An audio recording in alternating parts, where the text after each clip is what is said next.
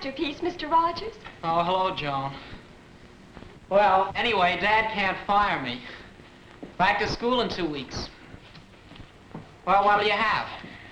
How about 3 cans of Rogers Special? Sure.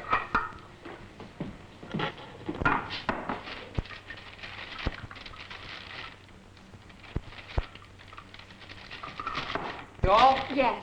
Charge it to Mom. Bye, Bill. See you later. So long, Joan. Okay, Sonny, 32.50. Just a minute, Bill. We always pay by check. Well, what's the difference, Dad? It's all money, isn't it? It's much better and easier this way. I don't get it, Dad. It looks like more trouble to me. Why is it easier to pay with checks instead of with cash? Bill, it's about time you learned something about checks, because you'll be using them in personal and business affairs for the rest of your life. Thank you. So long. Now here, I want you to take these checks down to the bank and deposit them. While you're there, stop in and see Joan Sterling's dad. He'll straighten you out. Okay. I'll call him up. Tell him you're coming. Sure, Bill. A lot of people at first ask just that same question. Why not use cash? Well, here are the main reasons. Safety, receipts, convenience, records. Take safety, for instance. There's nothing safe about cash unless you're holding it tight in your fist. Like that payment of the frosted food salesman you were talking about. Things like this happen every day.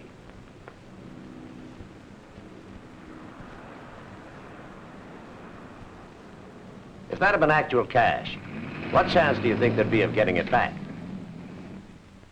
Not much, I guess.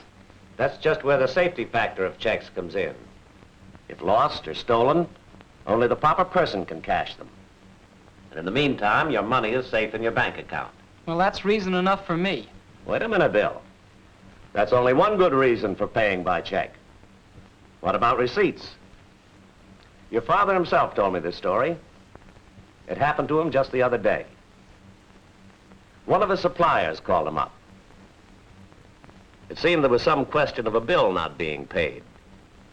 Well, your dad didn't waste any time talking. He just got out the canceled check that he'd paid the bill with, and that settled it.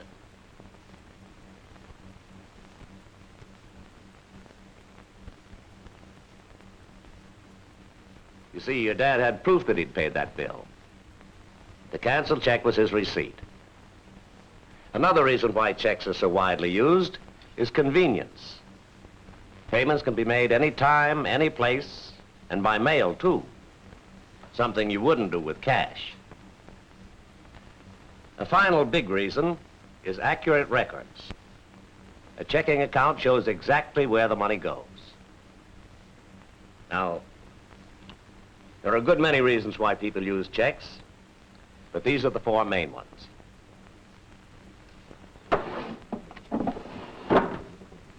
Bill, do you know how to write a check? Well, not exactly, I guess. Well, always use a pen. Then make out your stub first. That's so you'll have a record of what the check is about. Now on the check, fill in the number. Then the date. It should be the date on which the check is drawn. Next, the name of the person being paid. And be sure to spell it right. Now the amount in figures close to the dollar sign, so nobody can put in another number. Cents should be written in smaller figures and underlined. On the next line, write out the amount in words. Cents are a fraction, with 100 as the denominator. Fill in the space that's left with a wavy line, again to prevent alteration.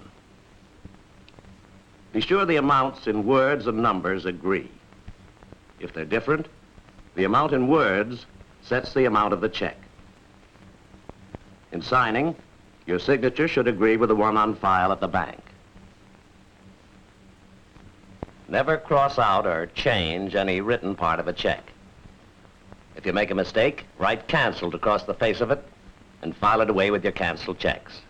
then draw a new one. Well, that's about it. Any questions? Well, what about when someone gives me a check? Don't I have to endorse it or something? Right. There are 3 forms of endorsement that are widely used. The first one, the blank endorsement, makes the check as good as cash. Anyone could get money for it. So don't endorse it this way until you're ready to cash it. Turn it over, and here's where your endorsement goes. This is the simplest form of endorsement. In the blank endorsement, all you do is write your name across the end of the check. Sign it just the way it's made out to you on the face of the check. A special endorsement is a little different. Say your dad gave you a check and you wanted to transfer to somebody else. You'd name the person you're paying it to. Then write your name the way you did before. Now the other fellow will have to sign his name before he can cash it. Finally, there's the restrictive endorsement. This means the check can be used only for what you say it's to be used for. Endorse checks this way when you're mailing them to the bank for deposit. There's one more thing you ought to know, Bill. If you get a check with your name misspelled or with the wrong initials, endorse it first exactly the way it appears on the face of the check. Mistake and all? That's right. But under that, write your name the correct way. Now, is there anything else I can tell you? Yes, sir. What happens to the money in all this? When you write a check, just where does the real money go and how does it get there? Well, let's follow a check.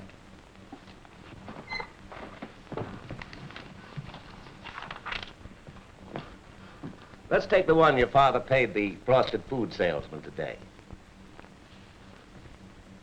Here's your father. Here's his bank, our bank.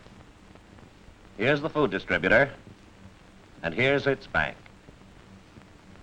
Your father draws a check for $32.50 payable to the distributor. That check is an order to us to pay $32.50 of your father's money to the distributor. But the distributor, rather than bothering to come here and pick up the money, deposits the check in its bank and lets that bank collect the money. That means that $32.50 is deducted from your father's account here and added to the distributor's account there. The final step is when we send the check back to your father, endorsed by the distributor and canceled to show that the amount has been paid.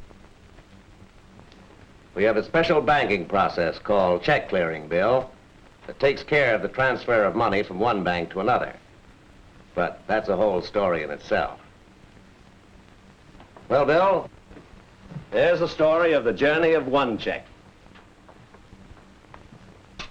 And it's the same whether it's made out by a housewife, doctor, wage earner, contractor, anyone. Gee, that's really pretty simple. Thanks a lot, Mr. Sterling. Well, most things are pretty simple once you understand them. But always be sure you have enough money in your bank account to cover the check. Mr. Sterling, Yes? your daughter is here to see you. Send her right in, please. Maybe you'd better stick around. Well, fancy meeting you here. I was just talking to Mr. Sterling, to your father, about checks. Well, what a coincidence. Just what I came down about. Dad, you remember that adorable little dress we saw in the store window? And you said that if I really wanted Yes, it... dear, I remember. How much? Only $10.95. Isn't it a steal?